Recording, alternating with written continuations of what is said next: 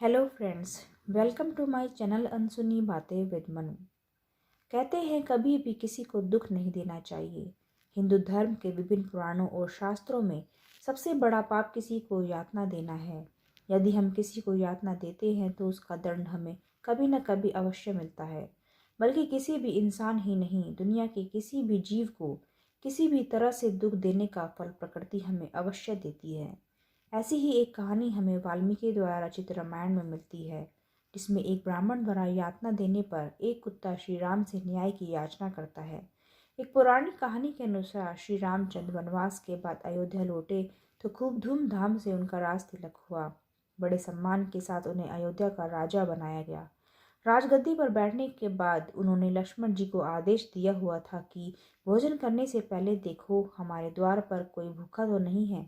एक दिन की बात है, लक्ष्मण जी ने श्री रामचंद्र से कहा, मैं अभी आवाज़ लगाकर आया हूँ, कोई भी भूखा नहीं है। श्री रामचंद्र ने कहा, दोबारा जाओ और जोर से आवाज़ लगाओ, शायद कोई भूखा रह गया हो। श्री रामचंद्र का आदेश पालन करते हुए लक्ष्मण दोबारा बाहर गए और उन्होंने जोर से आवाज़ लगाई तो कोई आदमी तो नहीं बल्कि एक कुत्ते को लक्ष्मण जी ने रोते हुए देखा। अंदर आकर उन्होंने श्री रामचंद्र से कहा, बाहर कोई व्यक्ति भूखा नहीं है, बल्कि एक कुत्ता अवश्य रो रहा है। श्री रामचंद्र ने उस कुत्ते को अंदर बुलाया और कुत्ते से पूछा कि तुम क्यों रो रहे हो। कुत्ते ने कहा, एक ब्राह्मण ने मुझे डंडा मारा है।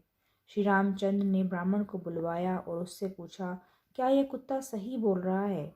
ब्राह्मण ने कहा, हाँ, यह मेरे रास्ते में सो रहा था, इसलिए मैंने इसे डंडा मारा है। ये कुत्ते जहाँ तहाँ लेट जाते हैं, इन्हें डंडे से ही मारना चाहिए।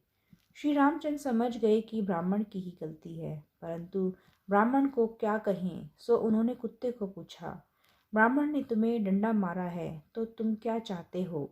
कुत्ते ने कहा, भगवान इसे मठाधीश बना दीजिए।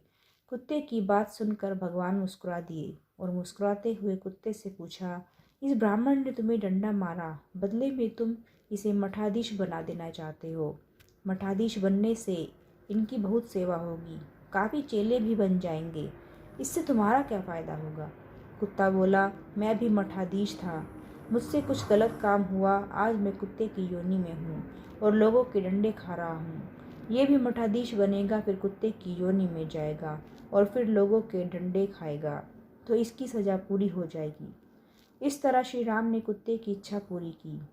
इस तरह दूसरों को यातना देने वाले लोग कर्मों के पाश से नहीं बच पाए हैं और उन्हें प्रकृति से इसका दंड भी अवश्य ही मिलता है। आशा है आपको मेरी आज की ये कहानी अच्छी लगी होगी। मैं ऐसे ही आपके सामने अनसुनी बातें लाती रहूँगी। तब तक के लिए stay safe, stay healthy, stay connected.